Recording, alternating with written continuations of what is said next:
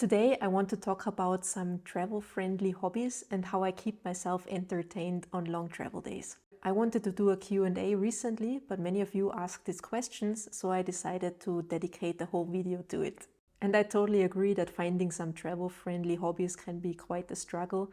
I mean, for once I travel with a carry-on sized backpack, so I really don't have much room in my bag for hobbies. And also we often have to deal with things like bad internet connections. And long travel days can be brutal, in my opinion. I mean, there's often long flights, long bus trips, endless waiting, lots of delays. We once got stuck in a bad weather in Brazil, and our bus was stuck on the highway for 48 hours without being able to go anywhere.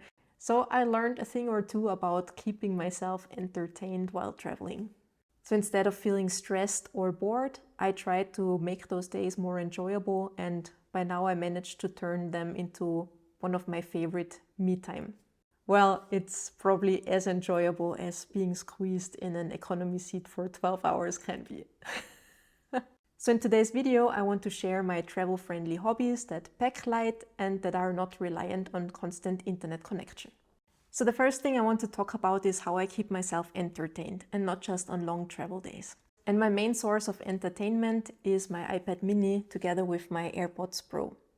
I really cannot tell you how much I love this little thing. So my iPad mini is not the newest version, it's also the basic version with the lowest amount of storage. And I paired it with the Apple Pencil to be able to write and draw on it. And also I have this very thin magnetic case. And I like it very much because it has this little flap here that I can use to protect the pencil. I just love how small and packable it is, and it also fits inside my 2-liter sling bag, so I can have it always on me. Most of my hobbies, I think 99% of my hobbies and my entertainment really comes from the iPad mini, and there are just so many things I can do, not just on travel days, but just really every day.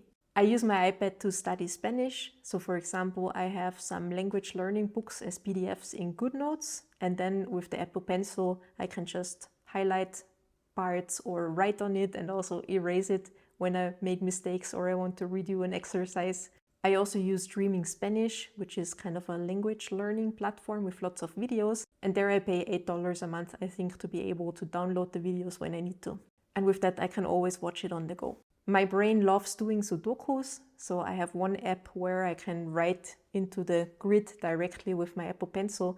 Then it really feels like doing it on pen and paper, and it was a one-time payment of a few euros, so this app was very well invested money for me.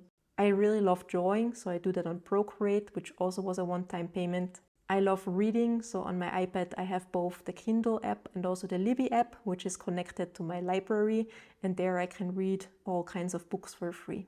I love listening to music, so I have a partner account for Spotify with my husband. On very long travel days, I usually use my iPad to watch something. I usually don't have a subscription to either Prime or Netflix or anything like this. We usually just subscribe once a year when there is something that we really want to watch, and then we cancel again. But I'm the proud owner of all 4 seasons of one of my favorite series, which is My Name is Earl, and watching it just makes me very happy. And on long travel days, I usually download a few of my favorite episodes and watch them, and that is something that I very much look forward to.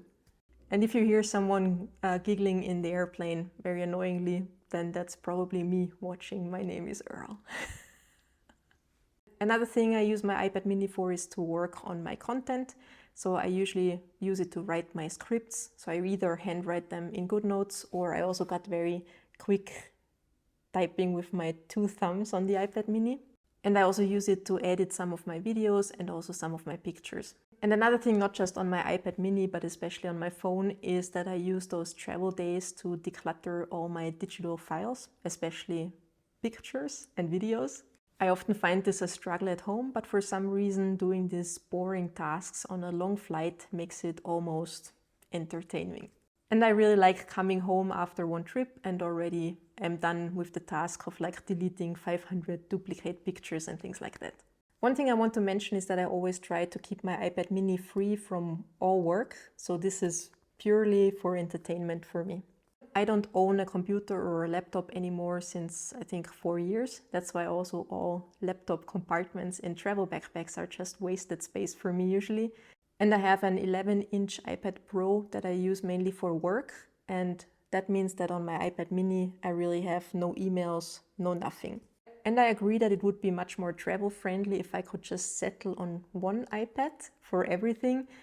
But then I'm not disciplined enough to keep work and entertainment separate from each other, and then work will sneak in all day long, and also the other way around, especially that entertainment will take up my work time. So this separation between the two iPads at the moment, unfortunately, is crucial for me to truly being able to switch off. So now let's move on to some off-screen hobbies, because I think it would make no sense to travel all around the world and then sit in front of my screen all day long. So if you ask me, traveling by itself is already a great hobby. So we really enjoy just being there and wandering around, and we really love to go out and explore new places, see museums, going for a few hikes, all those things. And another hobby that both my husband and I really enjoy doing is cooking. So when we are abroad, we always love to raid the supermarkets and look at the local ingredients that we would not get at home. And when we stay somewhere for longer than a day or two, then we always try to have a kitchen. And then we just really love cooking, trying out new recipes from local dishes and try them. And that's most of the time very delicious and also good for our budget. Another thing that my husband and I love doing are board games. And we have one small, tiny, travel-sized board game that we travel with since a few years, and that's Rummikub.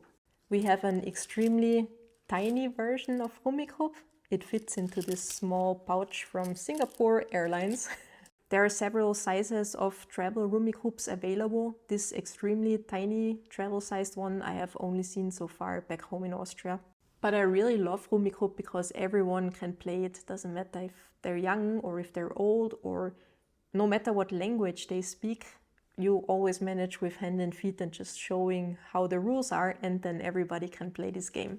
And my husband and I often play at least one round after every meal, just to figure out who has to do the dishes.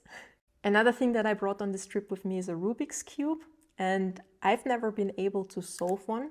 So I decided that this year is finally the year where I figure out how to do them. So I borrowed one and I brought it with me on my current trip, and I like it because it doesn't take up too much space, but I can do it everywhere.